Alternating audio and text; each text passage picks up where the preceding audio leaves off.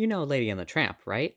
The movie with that iconic scene with the spaghetti kiss? Well, true to Disney's nature, a live-action remake of this movie was released in 2019. But surprisingly to me, I did not see anyone talk about it. Usually there would be some backlash that Disney is just releasing another uninspired remake, but I didn't even know this movie existed until I got Disney+.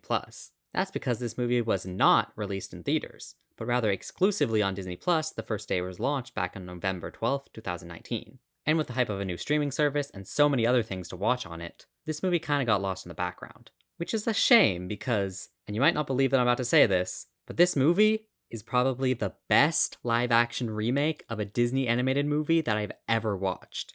Like, better than the original. It takes the ideas and the core relationship of the first movie and elaborates and expands on them in a way that makes it so much more emotionally satisfying by the end. And in this video, I will be explaining how this film accomplishes being an actually inspired story, whilst also comparing and contrasting it with the original to see what specific aspects make the 2019 version so much better. So let's get started. The first thing you'll notice about this movie is that it starts in the exact same way as The Lady and the Tramp 1. In fact, many of the events in this movie are just carbon copies of the original. But don't let that fool you, because where this movie is creative, it really shines. But right now, Lady is just a puppy. Just like in the original, she's given as a gift to this woman, and despite being given a place to sleep, she wants to sleep in her owner's bed. It then cleverly transitions into her being older, and yet she's still on the bed. Please let her stay. All right, just for one night, lady. Another perfect day. I don't know what it is, but the first time animals talk in a movie, even when I know it's going to happen, it's always weird to me. She gets a new collar, which she then shows to her friends Jock and Trusty, who also live on quote-unquote Snob Hill. Well, Snob Hill. Where all the pampered and privileged dogs live. These two side characters are technically important, but I don't really want to talk about them very much, so suffice it to say that Trusty is a police tracking dog, or used to be, and Jock they changed to a female in the remake. That's enough of Lady. Let's see how the Tramp is doing. The Tramp storyline is actually a bit more different from the original than Lady's. He still sleeps at a train station, but unlike the original, people aren't as kind to him. Hey! I thought I told you! You can't sleep in here! Perfect. Instead of getting his breakfast from kind strangers, the remake Tramp now just steals his breakfast outright. And just as you think he'll redeem himself by giving his food to poor puppy strays, he doesn't. And he's very rude about it. Let me guess. Left in a box by the side of the road? You know what? I've heard it before, so beat it. You gotta earn your lunch. Time to steal some breakfast. Breakfast. Okay, well, he does eventually give his food to them, but it's only out of respect for the hustle, and not because he thinks they're being genuine. That was too easy. Already, this Tramp seems a lot meaner and slyer than the original, where he was more charming. But that actually helps this movie, believe it or not. His slightly unlikable actions shows the viewer that his mentality of being Free to be myself, and I'm free to be by myself. is very true, rather than in the original where this dog just sings a song about how he's a playa, which seemed kinda sudden and kind of like telling, not showing. I mean, he was cynical sometimes in the original, but the kindness that strangers gave to him and his general gleefulness seemed to contradict his more frank personality, so it undermined the Tramp's characterization as being an independent individual only out for himself. Therefore, the remake did a good job in terms of making him a bit more traditionally cantankerous, so that his gradual character improvement throughout the movie would be more rewarding, and that it wouldn't seem like the Tramp was suddenly made into a bad character to create some drama, since he's shown to be a lone wolf from the beginning in the remake. Also, there's this stereotypical dog catcher character who has a vendetta against the Tramp for not being able to catch him. The Tramp hears some of his fellow strays who've been captured. Unlike the original, he doesn't help them immediately, but rather tries to ignore them first, which is yet another instance of the remake's consistency in having the Tramp be more selfish, so that there can be more of a transformation later. But when he does eventually help them, he doesn't just open the cage, but rather tricks the dog catcher into thinking he's hurt, causing him to open the door so they can all run away. You'll notice that this Tramp tends to think smarter, not harder in this movie, which helps greater convey his cleverness. He then escapes in a car that goes to the aforementioned Snob Hill. Whoa, Snob Hill. But before he does that, he once again reminds us of his playiness when he tries to flirt with these poodles. Hey, hi. Are you two, twins? What, just because they're poodles they have to be female? I'm her husband, pal. Oh, that was genuinely funny. Yeah, well, congratulations! Meanwhile, Lady is confused as to why her owners are not giving her the same attention as they used to. She goes outside where the Tramp finds her, and she starts talking to him thinking he's Trusty. It's funny to see how unaware Lady is of the situation, whereas it's pretty obvious to both the Tramp and to the audience. Speaking of bellies, Darlene's tummy is getting really big. pretty sure it's gas, too many treats. We've all been there. Oh, wow. The tramp plays along with it until Lady finds out that he's not trusty, and then threatens to bark if he doesn't leave, which would be bad since it would alert her owners and the dog catcher, who is still on the tramp's tail. But he manages to convince her to stay quiet if he tells her The truth about that baby. That... What? The tramp hides in the doghouse while the dog catcher and the man are talking, and Lady begrudgingly consents to helping conceal his presence in exchange for the information. But then, even though he just told Lady he'd tell her about the baby, he attempts to leave. Bye. Oh, not so fast. What did you mean back there about the baby? Oh, so now you want my help. Help? She helped you, man. I guess you're helping her understand her situation, if that's considered help. Do you want me to bark again? Fine.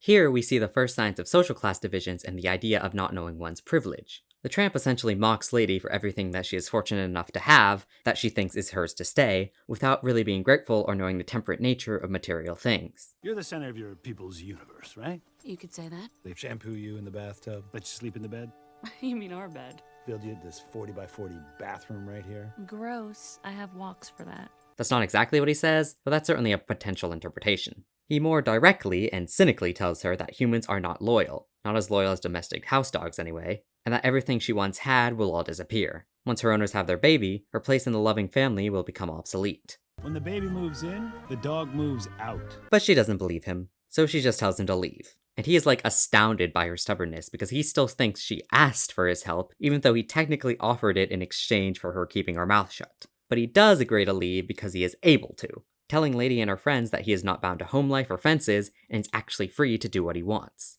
So clearly there's this divide between the freedom and autonomy of street life and the comfort and family of home life, with both sides advocating for the permanence and quality of their lifestyle over the other. Let's see which one wins by the end of this movie. The tramp also steals a bone, but Lady's like, Hey, I let you steal that. which again shows their adversarial nature, where they're both trying to get the last word. So that obviously wasn't really the most warm and touching beginning to the two dogs' romance. Right now there's a lot of tension, but I believe that actually helps both characters feel a bit more individual and defines each character's personality before establishing their relationship, which prevents the pairing from seeming too forced. Though the original had an interaction like this too. Then we have the baby being born, the owners going on a vacation, Lady being left with the aunt who brings her destructive cats, and Lady then being blamed for the house wrecking. Lady! All things from the original that shows Lady's life slowly becoming worse as she receives less attention and affection and more reprimand and criticism. So the aunt goes to get Lady muzzled, but Lady obviously doesn't want to and manages to run away during the struggle. But out in the open world, Lady is frightened by the bustle of the city, so she runs into an alley for shelter. But this alley is owned by this big, bad dog, who doesn't take kindly to strangers, or those who insult his home. I own this alley. Oh, hi. At least you don't live here. I also live here. Ooh, I am so sorry. Looking at it again, it's a beautiful space. This movie is also funnier than the original, by the way. Luckily, the tramp steps in to save the day. And true to this movie's form, he doesn't just resolve the situation with brute force like he does in the original, but rather tricks the dog into thinking that Lady is rabid. She's a rabbit? You know what rabbit means, right?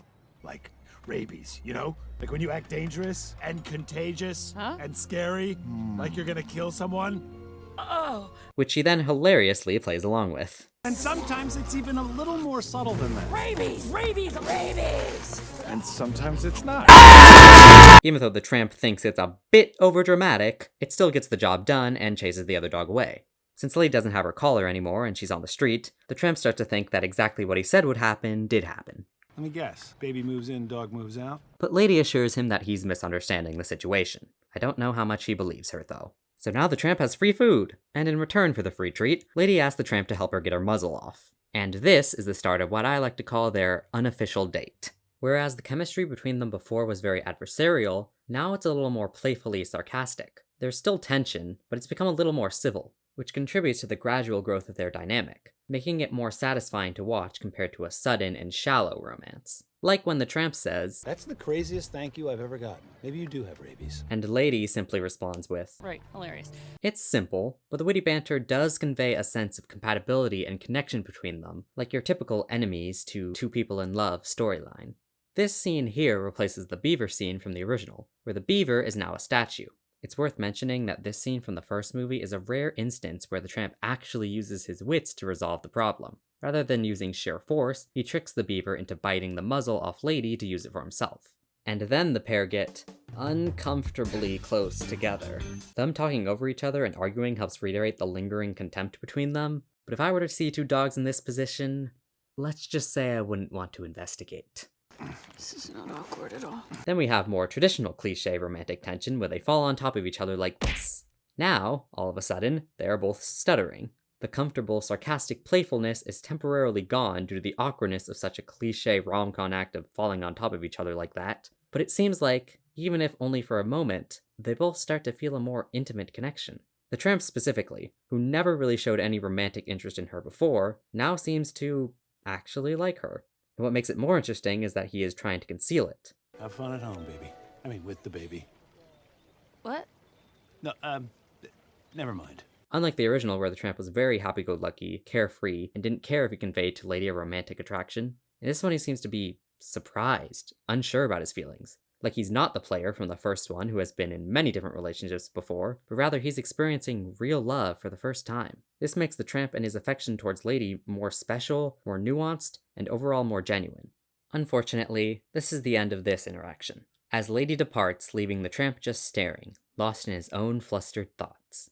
JK! The Tramp actually follows Lady because she clearly has no idea where she's going. That's the wrong way. No, I know. I just wanted to see what was over there. Now, I'm going home. Okay. That's also the completely wrong way. She doesn't really want his help, but kinda needs it. And even though she wants to get home as quickly as possible, the Tramp takes her the scenic route. He claims he is taking her this way to avoid the dog catcher, because right now, without a collar, Lady definitely looks like a stray. The Tramp's dedication to helping her out, and his desire to show her the sights, further indicates his growing fondness towards Lady, but Lady still has some lingering resentment towards him, specifically his dismissal of her owner's faithfulness. Even though she didn't even know where her owners were going, or if they would be back, and her new owner hates her, she's still adamant about defending her people, which is both noble and stubborn. Right now, it seems like she honestly believes that her people would never actually abandon her, but we find out later that she does actually have insecurities about the loyalty of her family's love. But in an effort not to let the Tramp win, she doesn't want to outwardly show this concern, which is certainly an understandable and compelling source of internal character conflict. They eventually come across a boat, which Lady says she hasn't been on before? But how did she even get to the pet store to be muzzled if she's never been on a boat, when a boat is the only way back to her house? You know what? Don't question it. It's not important. What is important is how they're going to get on the boat. The Tramp says to just jump for it, but after almost falling into the river, Lady's like, Yeah, I'm not gonna do that. Instead, she cleverly sneaks on board by pretending to be another woman's dog. They meet up at the top where the Tramp tells Lady he's impressed by her wits. They then have some more lighthearted banter, but this time it seems as if all the contempt and cynicism from before is gone. They're starting to feel comfortable and happy to be talking to each other, and even if what they're saying can still be interpreted as antagonistic, it's also becoming a little more flirtatious. Maybe next time you should ask me if I have any ideas before you risk your life unnecessarily. Ooh. Was this your way of saying that you don't want me to die? I didn't say that. Oh, so now you want me to die? I didn't say that either. And it's here where Lady finally gives the Tramp her real name. And this is very significant. Lady finally feels comfortable enough with the Tramp to share this fundamental part of herself, as simple as it may seem, which firmly establishes an official connection between them. What used to be just a temporary outing with a stranger is now a more permanent bond. From asking him to help her take the muzzle off, to consenting to allowing him to take her home, to giving him her name, Lady really seems to be trusting the Tramp more over time as well. This once again shows the gradual growth of their relationship that makes this dynamic more enjoyable to watch due to its natural flow and genuine feel. And for the first time, Lady is actually politely listening to what the Tramp has to say, and not being dismissive or critical, and it turns out she actually finds him very funny and charming. Lady asking the Tramp for his name is also a sign that she feels comfortable and ready to actually have a civil, friendly conversation with him, rather than the previous sessions of bickering. And even though the Tramp doesn't actually have his own name, so he can't give it to her, it's clear that he likes her too. Wait a minute, this sounds familiar. I guess the exchanging of names is a very important factor in the beginning of a friendship, as it is a symbol that you are both genuinely interested in continuing the conversation. Gabu's proposition to meet up again, as well as their finally giving each other their names, illustrates how their relationship has evolved from just being acquaintances to becoming actual friends. If by some miracle you've actually seen these other videos, you know how much I love the Japanese anime One Stormy Night. And for the same reasons I love that movie, I really like the interaction between Lady and the Tramp in this scene. They then listen to the band playing, and here the film actually decides to slow down, letting the scene and the character development of the moment resonate. It's not a quick or rushed interaction, but rather an elongated and blissful one. It's nothing but the nirvana, the elation of the moment, as if nothing else in the world exists or matters. And the fun and friendly conversation they have, consisting of the Tramp being very coy and silly while Lady is both humoring and teasing him, is legitimately endearing and wholesome. They're amazing. Oh yeah? Well, the singer's even better. Listen to this. Self-taught, by the way. No. This cements that they both are indeed comfortable enough with each other to be this playful and lively, and they play off of one another so well. I'm not the best technical singer, but sometimes it's not really about pitch or tone. Sometimes it's just about Volume? Volume helps, obviously. Sure. Because you want people to hear you. Well, you have that part down. That's about all you have down. What? How dare you? It's an A for effort, I think. The wide shot of the boat as it sails, their genuine sounding conversation and laughter which bleeds into the next scene where it's nighttime and yet they're still laughing, it all gives the scene a poignant pleasantness that really makes you feel the romantic sensation that the movie wants you to feel. So great job, movie. You managed to focus on your main characters and their relationship enough to be comparable to One Stormy Night. And I don't say that lightly. This is special. Long into the night, the Tramp continues to tell Lady stories about the outside world and his encounters, thus glorifying the life of a street dog and gaining the intrigue of Lady. Then, Lady suddenly becomes very serious, as she acknowledges to the Tramp, and more so to herself, that he was right all along. After a long day of trying to convince herself that she had a home to come back to, now she's starting to believe the cruel reality that the Tramp had told her about the treachery of humans. And it's legitimately sad. Oh, you were right. Baby moves in and the dog moves out. It happened just the way that you said it would. And the Tramp is genuinely sorry, likely feeling guilty for decreasing her spirits when he told her before that people were not loyal. He seemed to be projecting his own negative opinions about humans onto Lady, but the more time they spent together, the more he realized how much he actually likes her, and that he doesn't want to see her sad. As now he is, surprisingly, trying to console and reassure her, but Lady has already convinced herself that she has indeed been replaced. However, regardless of how humans have abandoned him in the past and despite how cynical he's been the whole time, it still seems as if the Tramp secretly hoped that things would be different for Lady. I know you probably think that's what I wanted to hear, but it wasn't. To help her get her mind off things, the Tramp offers her dinner on Restaurant Row. Suddenly, we converge back into Lady and the Tramp 1 territory when they go to Tony's, like the original. The restaurant is very busy, so initially Tony doesn't want to offer the Tramp any food like he normally would, until he sees that with him he brought a... Cockerel Spanish girl, huh? A what? Cockerel Spanish girl. I like how these two guys are the sentient, tangible version of the Force in Disney movies that always try to make two characters be romantically involved. They know nothing about Lady and the Tramp's story, but they just assume they're in love. I mean, they're kinda right, but what if they were just friends? That would be a pretty good scheme, to be honest. Pretending to be in love just to get food and special treatment. This guy named Joe was just gonna offer them meat bones, but Tony wants them to get the best in the house tonight. You know, for their date. Joe, Butch says he wants 2 spaghetti special. Hey, silly Tony. Those don't talk. Yeah. Though it's a little irresponsible putting off the actual customers to tend to the leeches in the back alley who aren't even paying for their food. Sorry. Tony also gave away the last of their special. Either that or he lied to his customers. They told me they were out of the special.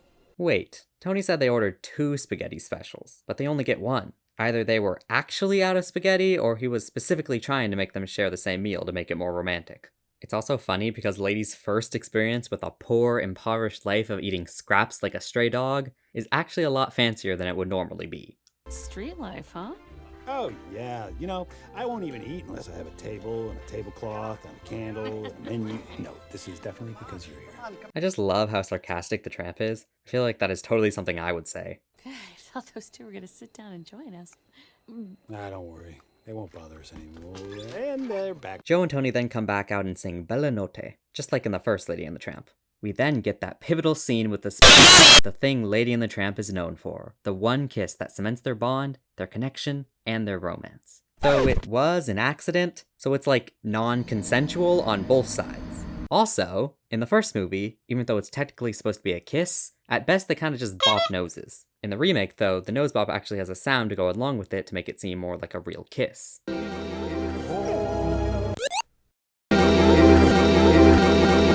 A little aside, but I also really like how they managed to put so much emotion into the expressions of these dogs. It's not nearly as much as was capable in the original, but it's still effective. Obviously, they use CGI in addition to the actual dogs in real life, and I think they managed to pull it off pretty well.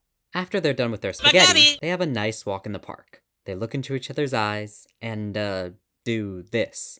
I guess, cuddle? In any case, it's official. They're in love. They run to the top of a hill to gaze out at the world. Here's where the tramp invites Lady to evaluate her narrow-minded perception, being always behind a fence, and that there's a whole world out there that they could explore together. Lady's still a little hesitant, however, as all she's ever known is being in a family, and unlike the original, Lady actually defends her case a little more, saying that regardless of the supposed restrictions, family life is still a place of love and meaning, and that she doesn't want to abandon the value of loyalty so easily. This helps set up the ultimate moral of the story better than the original did, in my opinion. Of course, she did say before that she believed that her owners had replaced her, but now it seems like she's still on the fence about whether they actually did leave her, or if it was just a misunderstanding. They also howl at the moon. Or, I mean, Lady doesn't know how to howl at first, and she's never done so before, so the tramp helps guide her. And even though she's not good at it at first, she still consents to trying because he just makes her feel so comfortable and willing to have fun. That was great. That's great. Was that a real attempt, or were you just kind of warming up? Hey, come on, I've never done this before. Not coming to me as naturally as rabies did. Let me try again. It's a great use of characterization through the effect the tramp has on Lady, as well as just another example of their compatibility, their fondness, and the general playfulness that they like having when they're around each other. There you go. Does that feel good? That felt pretty good. Yeah. Additionally, the callbacks to earlier scenes in the movie shows that the memories they shared are becoming special to both of them, cementing this connection as being more than just a fling. I'll admit, I'm not the best technical singer, but sometimes it's not really about pitch or tone. Sometimes it's just about Volume? volume. I think we just need to work on your... My volume? Is that what you're gonna say? Exactly.